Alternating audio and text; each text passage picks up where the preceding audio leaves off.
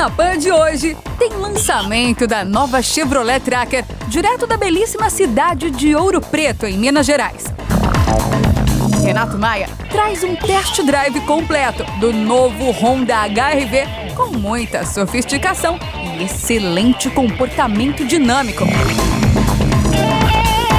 Conversamos com a vice-presidente global da BYD, Stella Li, sobre novas tecnologias e o mercado de eletrificação aqui no Brasil. Direto do Rio de Janeiro, Leonardo Maríngolo mostra pra gente o lançamento do novo Audi A5 no lindo cenário do Museu do Amanhã. Convocamos nossa advogada e mestre em letras americanas, a Jéssica Kaminski, para comentar essa montanha-russa tributária que está batendo na nossa porta. Então já sabe, né? Se ajeite bem aí no cockpit, ao lado do nosso piloto Alex Rufo, e aperte os cintos, porque o Máquinas na Pan desta semana está só começando.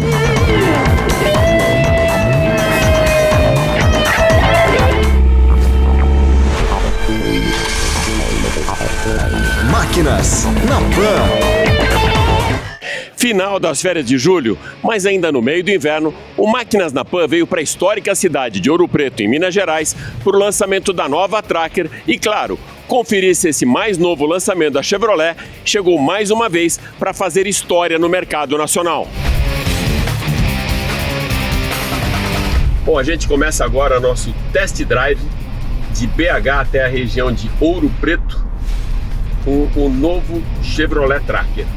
Vocês devem lembrar aí na Jovem Pan, eu fiz um 360 muito legal em 2020, no comecinho de 2020, colocando nas mais diversas plataformas do grupo Jovem Pan. Então, teve a nova Tracker no Morning Show, no Pânico, no programa na época da Denise Campos Toledo, para a gente falar de economia, teve no Jornal da Manhã, entrevistamos também o Herman Manke, e foi uma experiência muito legal que a gente conseguiu falar de produto, de comportamento, de tecnologia, de conectividade, e agora, hoje, 5 anos depois, eu testo o novo Tracker, que vem com algumas mudanças.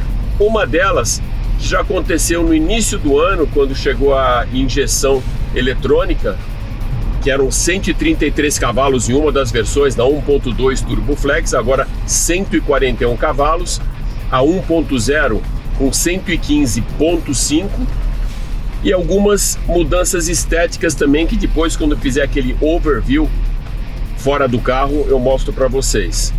Internamente, novos materiais, um acabamento muito legal.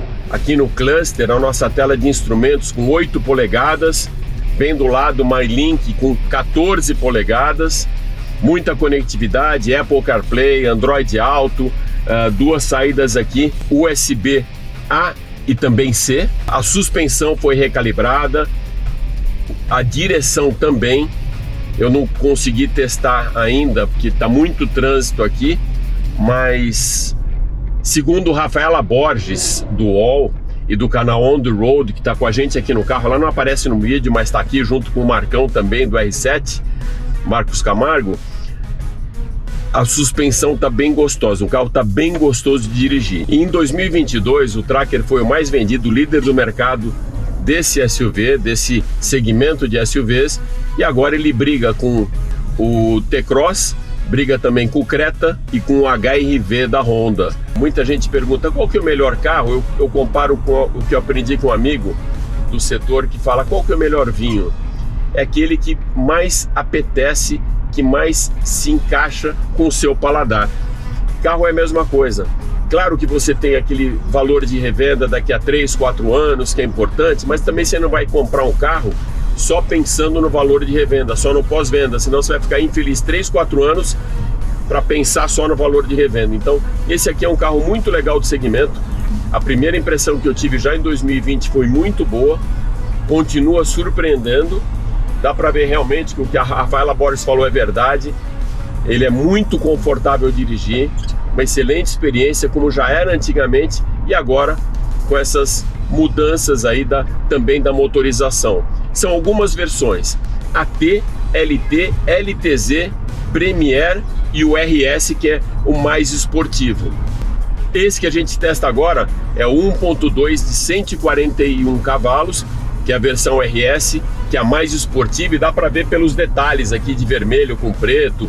Ele tem um acabamento que remete muito mais à esportividade. Quando você está numa viagem, além do conforto ao dirigir, o conforto visual para mim é muito legal, né? Então essa área toda envidraçada, com a luz invadindo a cabine, né? E para falar de cabine, esse cockpit do Tracker sempre foi muito valorizado, inclusive com o sistema MyLink, né? Mas eu acho legal você fazer um 360 também nesse conforto, que eu coloco o ruído da transferência e da topografia do terreno, né? Das irregularidades para dentro da cabine, que é bem baixa, do visual e também da suspensão. Já já a gente continua aí com esse nosso overview do novo Tracker.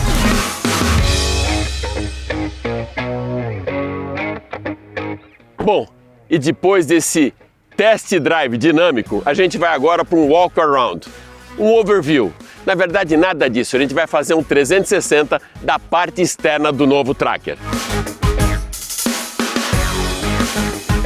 E aqui na parte frontal, não é só uma cara bonitinha, mas na verdade um fluxo de ar que ele otimiza tanto a eficiência energética como a aerodinâmica do carro. O que acontece é o seguinte, o fluxo de ar ele entra por essa extremidade do para-choque dianteiro e ele passa por dentro da carroceria, melhorando esse fluxo e diminuindo a turbulência na roda.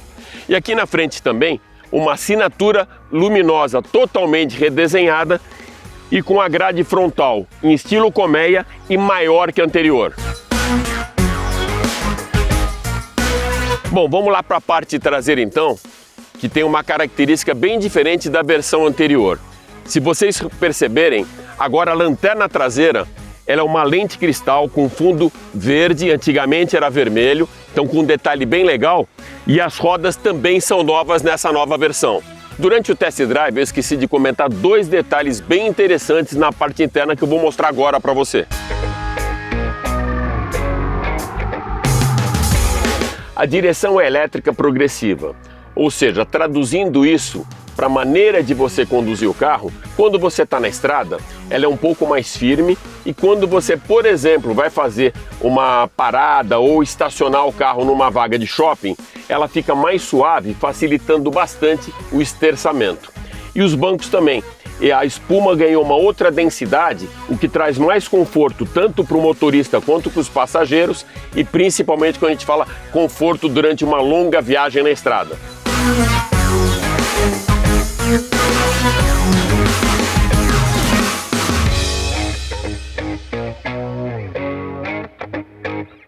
Bom, fim de test drive e agora a gente vai conversar com o vice-presidente da GM para a América do Sul, Fábio Rua. Fábio, muito legal estar com vocês aqui de novo, meu amigo. Bom, prazer em revê-lo.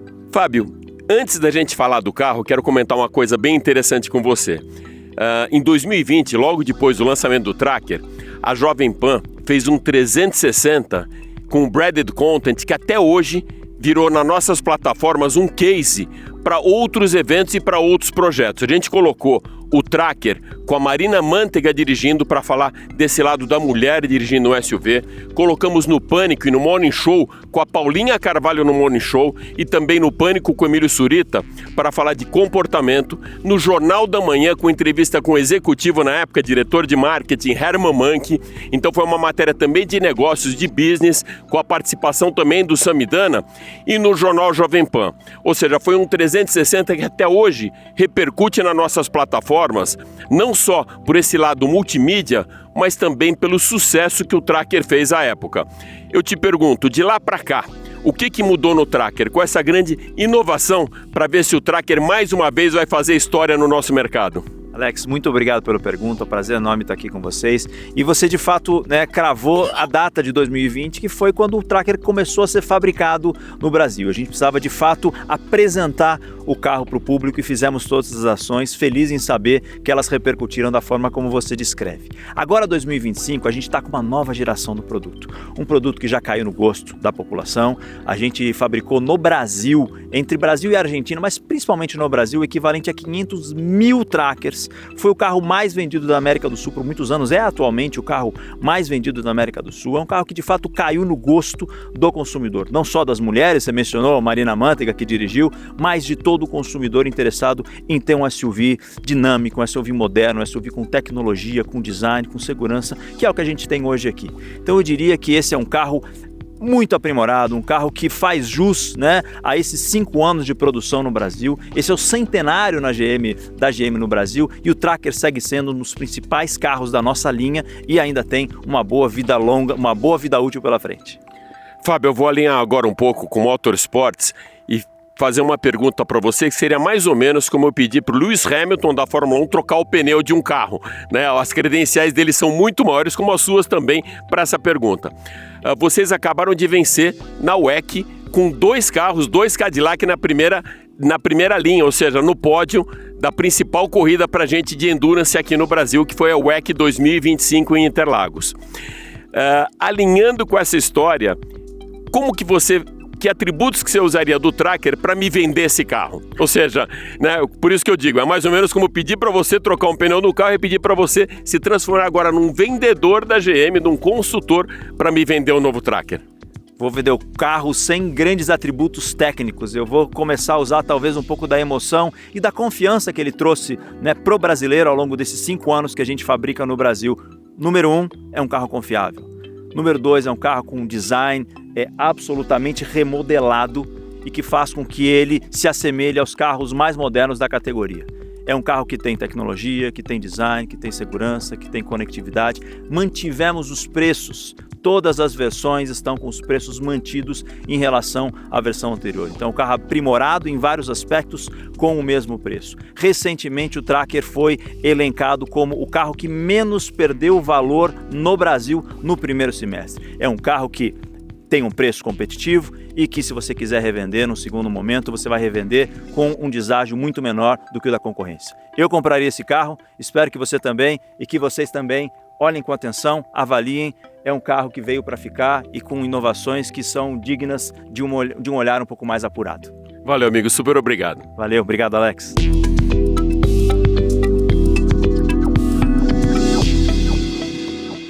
Das Minas Gerais, a gente vai agora fazer um mergulho no universo da eletrificação e de novas tecnologias com a vice-presidente global da BYD e CEO para as Américas, Stella Li.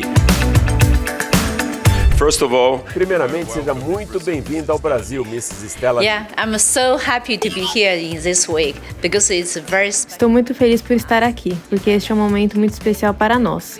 No início do mês, nosso primeiro carro elétrico, o Dolphin Mini e também o Song Pro saíram da nossa linha de produção aqui no Brasil. Our production line in Brazil. 2 years ago we spoke in China. 2 anos atrás nós conversamos na China a respeito da fábrica no Brasil e o seu foco estava totalmente voltado para Camaçari, na Bahia. Agora todos nós testemunhamos uma grande evolução da planta. Como é a visão da matriz da BYD na China e como eles enxergam a importância da fábrica aqui no Brasil para o governo, para o consumidor e para a própria BYD? BYD itself. Yeah, also besides this one, it's also important for the Brazilian. Sim. Além disso, a fábrica é importante também para a nossa indústria automotiva brasileira. Nós estamos no processo de qualificação de mais de 150 fornecedores locais e vamos trazer a tecnologia do futuro para o país. A BYD não está contribuindo apenas com empregos, mas sim um hub de inovações e tecnologia com o desejo de transformar a região no Silicon Valley da América do Sul. Mrs. Li. Senhora Stella Li, como a BYD em Shenzhen enxerga o mercado brasileiro? É super importante. O consumidor brasileiro ama os carros da BYD, mas não somente os carros, ama toda a tecnologia embarcada e o estilo de vida de um carro premium, com muita qualidade e ao mesmo tempo acessível. Like improvement for the quality, but at the same time, it's affordable. Quando estive com o presidente Lula, ele se mostrou satisfeito com a renovação do mercado que a BYD traz, além dos investimentos no país e a chegada de novas tecnologias que devem impulsionar outros investimentos na indústria automotiva e novos modelos, com novas tecnologias para o país. The auto industry to continue invest for the future technology and continue invest for the new model, new technology here. Nós entendemos que a fábrica em Camaçari, na Bahia, é a maior planta da BYD fora da China. A senhora acha possível que num futuro próximo ou a longo prazo, a fábrica brasileira possa se tornar um hub de exportação e distribuição de veículos para a América Latina? Yes, that's our plan. So that's the reason we really put a lot of focus here. Sim, esse é o nosso objetivo. Estamos realmente colocando o foco no Brasil para fazer da planta de Camaçari não apenas uma fábrica de veículos, mas também para a fabricação de componentes, e vamos fazer muito mais. Será um centro de pesquisa e desenvolvimento para que no futuro possamos exportar carros para outros países, como na região das Américas. Para finalizar, parabéns pela venda global de 1 milhão de unidades do Dolphin Mini. O que faz o Mini ser tão popular entre os brasileiros também? Little car, beautiful car, the Mini, being so popular in Brazil as well. So first you can see this car. Primeiramente, por ser muito estiloso, além disso, um veículo ágil, high-tech, acessível e totalmente tecnológico. This is a high-tech car, even it's affordable, accessible price, but then o celular pode ser utilizado para abrir o carro. Use your phone can work as a key. É equipado também com comando de voz, pode conectar o celular ao carro, além de se divertir com a função de karaokê e ir para o campo ou para a praia. Drive to the beach and the mountain, this will be your power generator. Com a função de gerador de energia para a sua cafeteira. Ele entrega uma agradável jornada ao dirigir. Journey and the exciting moment for your driving. Yeah. Thank you very much. Yeah, thank you. Obrigada. Thank you. Museu do Amanhã na Cidade Maravilhosa. Esse foi o cenário que a Audi escolheu para o lançamento do seu mais novo Audi A5. Acompanhe agora com Leonardo Maringulo.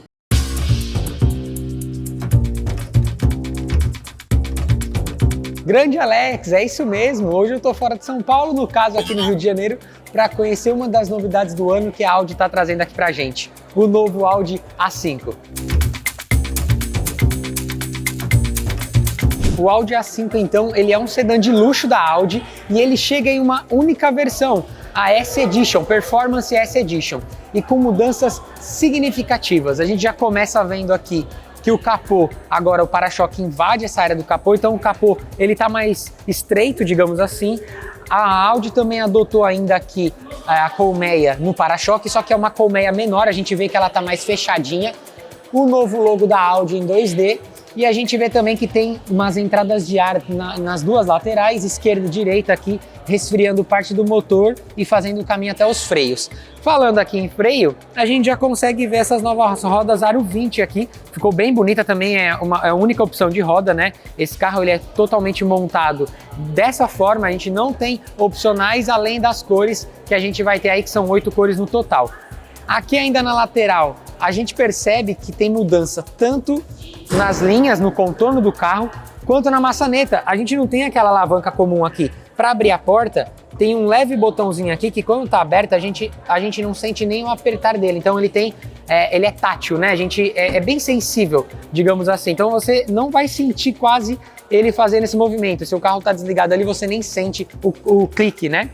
Vindo aqui mais ainda na lateral, a gente vê que a carroceria continua aqui na Sportback, então ele traz esse ar de esportividade por conta da traseira também. E falando em traseira, a maior mudança, na minha opinião, aqui também foi na traseira.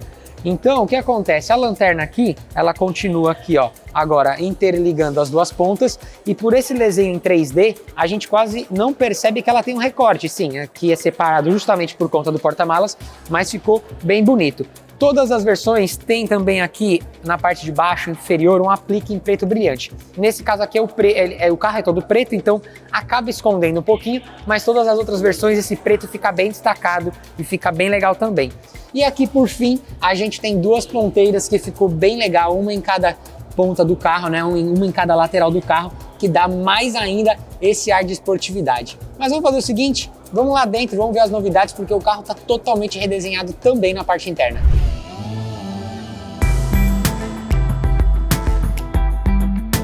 a gente consegue ver de cara aqui que está totalmente novo, totalmente redesenhado.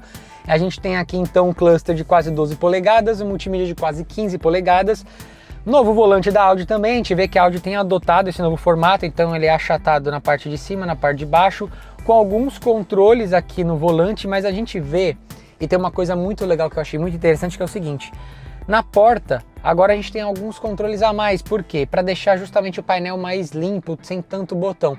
Então a Audi, o que ela fez? Ela tirou os botões que a gente tinha aqui na lateral, tinha alguns que ficavam aqui embaixo também, e trouxe tudo aqui para a porta. E o bom também é que ele não fica totalmente deitado, ele fica um pouquinho elevado. Então a gente tem os controles de retrovisor, ajuste de banco e até de farol, coisa que a gente não fica usando o tempo inteiro. Então o motorista não precisa se preocupar, mas mesmo quando ele for usar, ele não vai precisar ficar fazendo aquele movimento da cabeça para enxergar os botões que estiverem totalmente deitados. Bom, acabamento premium para um carro premium, né? Então a gente vê que é tudo soft touch, também não poderia ser ao contrário. E a gente vê também que tem muitos apliques em preto brilhante. Então, realmente um carro muito luxuoso. E é uma outra coisa legal que a gente também tem aqui é o teto solar, que ele é em cristal líquido. Então aqui a gente não tem a cortina, o teto solar ele é panorâmico, mas ele não tem a parte de abertura, ele é totalmente, né, um vidro só, uma peça única. E aqui a gente tem um botão de abertura, só que é um botão que a gente vai modificando o cristal líquido. Então ele vai escurecendo ou vai clareando ou faz uns desenhos intercalados do teto. Então ficou bem legal, as pessoas vão ter bastante opção aqui para optar quanto que ela quer que entre de luz ou menos luz, enfim. É uma tecnologia bem interessante. Bom, motor. Aqui a gente tem o 2.0, é um EA888 aí trabalhado justamente para esse carro, com 272 cavalos e quase aí os seus 41 kg de torque. É um torque muito bom. Ele é atrelado a um câmbio de 7 velocidades e tração 4. Só que essa tração ela é um pouquinho diferente. Por quê? Ele mantém o tempo inteiro a tração na dianteira e se o carro achar necessário, ele habilita a traseira e manda até 50% de tração lá para trás. Mas aí vai depender muito da situação do carro, talvez uma escorregada ou uma curva mais firme que a gente fizer aí no dia a dia, ele vai acionar, senão tração total lá na frente. O carro conta também com pacote ADAS, então a gente tem frenagem autônoma, permanência em faixa, alerta de ponto cego, ele tem uma assistência também para se a gente iniciar algum tipo de manobra, ele ajuda a gente a terminar essa manobra, essa baliza, enfim. Aí são as comodidades de segurança do dia a dia. O carro pesa 1.890 kg, ele faz um 0 a 100 aí de 5.9 segundos, é um bom tempo aí a categoria, né, que ele se enquadra, e ele tem uma velocidade máxima limitada a 210 km por hora. Tá, então, esse foi um pouquinho do novo A5 Sedan Performance S Edition. Ele vai custar aí na casa dos 380 mil reais. Como eu falei, é versão única. Vocês curtiram? Valeu, vou ficando por aqui. Até mais! Impostos e mais impostos. Mas calma lá, dessa vez, esse arriscado passeio na montanha-russa tributária não teve origem por aqui não, mas sim com epicentro nos Estados Unidos e capilaridade global. Acompanhe a análise da advogada, mestre em leis norte-americanas e PhD em ciências políticas, Jéssica Kaminski. Olá, Jovem Pan, eu sou a Jéssica Kaminski, advogada de imigração, mestre em leis americanas e PhD em ciência política. Vamos falar um pouquinho sobre o tarifaço? O presidente Donald Trump anunciou uma tarifa de 50% sobre produtos brasileiros e um dos setores que pode sentir esse impacto de forma direta e preocupante é a indústria automotiva brasileira. Muitos dos insumos metálicos, como o alumínio, o aço que o Brasil exporta para os Estados Unidos, são usados por montadoras americanas na produção de veículos. Com a tarifa, esses insumos se tornam menos competitivos, abrindo espaço para fornecedores de outros países, o que pode reduzir drasticamente as encomendas vindas dos Estados Unidos. Além disso, o Brasil exporta autopeças e componentes automotivos que abastecem a indústria americana. Com o aumento de custos causado pela tarifa, essas peças podem ser substituídas por produtos de outros mercados, como o México ou a Ásia, afetando diretamente a nossa balança comercial e a sustentabilidade das fábricas nacionais. Essa ruptura na cadeia afeta também o mercado interno brasileiro, já que a produção automotiva depende de importações e exportações integradas. Podemos ver um aumento nos custos de produção, falta de peças e até a paralisação de linhas de montagem. E o mais grave, a indústria automotiva é uma das maiores empregadoras no setor industrial brasileiro. Uma queda nas exportações pode resultar em demissões em massa, especialmente em estados como São Paulo, Minas Gerais e Paraná, afetando famílias e arrecadações locais.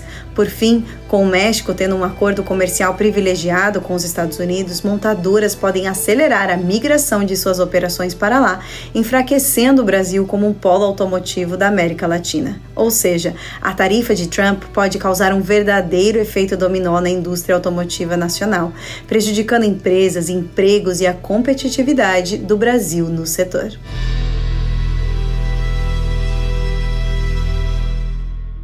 Esportividade, excelente comportamento dinâmico e sofisticação. São esses os principais pilares do novo Honda HR-V. Vamos acompanhar agora então o test drive do craque do canal Falando de Carro, Renato Maia. Essa daqui é a linha 2026 do novo Honda HR-V que passou por sua segunda mudança. Então nós temos uma nova dianteira aqui, novos para-choques, novas lanternas, novas rodas de liga leve e os equipamentos praticamente permanecem os mesmos. Mas, como falei para vocês, a grande pegada hoje são as novas chinesas. Por que eu digo isso?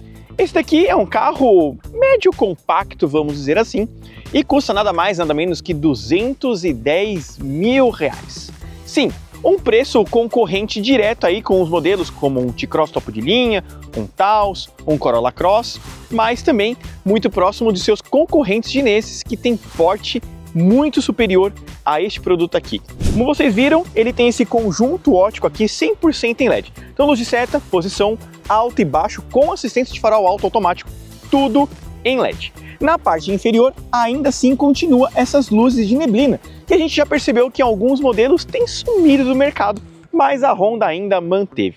Usa o motor 1.5 Turbo Flex, gera até 177 cavalos de potência quando abastecido com etanol, 24,5 kg de torque máximo, ou seja, 1,5 kg a menos comparado a 1.4 TSI, mas ele tem câmbio automático do tipo CVT que simula aí até 7 velocidades e 0 a 100 em 8,9 segundos.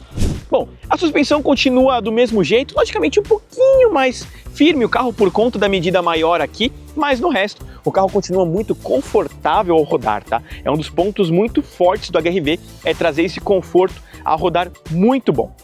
Bom, nós temos o aplique em Black Piano na parte inferior, como eu contei para vocês, retrovisor aqui pintado na cor do carro com repetidor de seta, rebatimento automático, mas como eu disse, ele não tem aqui o sensor de ponto cego tradicional como a gente conhece. Eles chamam daquele lane watch, que é uma câmera do lado direito. Eu sou muito mais aquelas luzinhas aqui, porque aí você ganha sensor de ponto cego dos dois lados. Tudo bem que o retrovisor é grande, é muito funcional, mas tecnologias são tecnologias e eu acho o sensor de ponto cego tradicional muito melhor do que esse que a Honda aplica. Agora a versão topo de linha recebeu essa nova assinatura nas lanternas aqui. Então elas são interligadas, que passa pelo símbolo da Honda, isso daqui, tomem cuidado, tá? Tem muita gente levando isso daqui.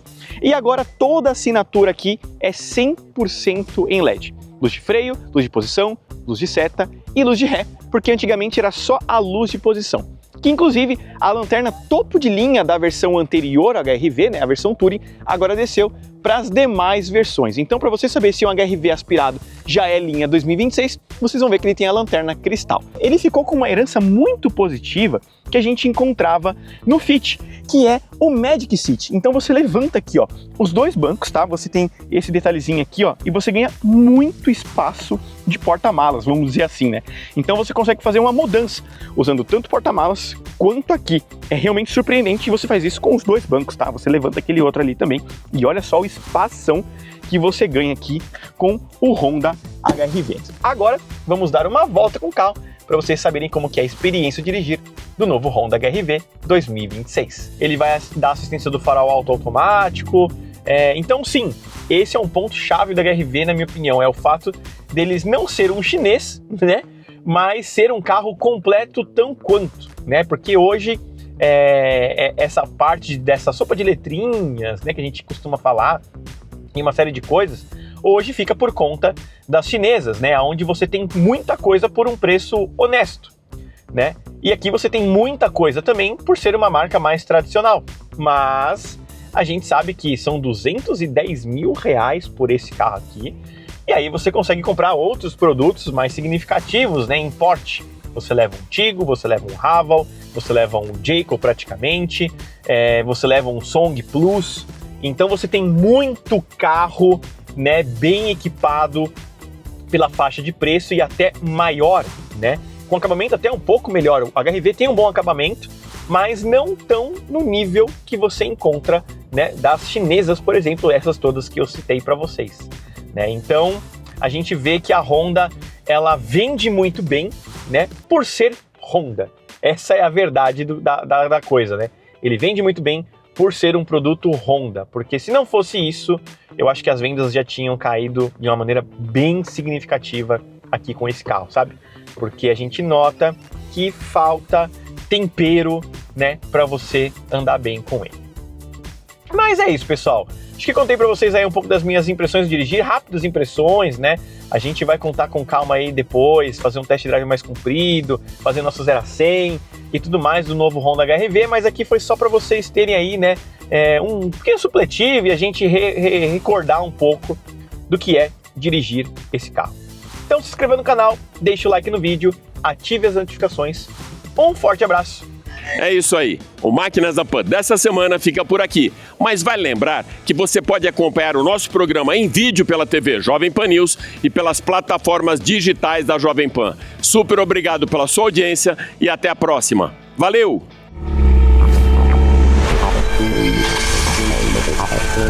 Máquinas na Pan.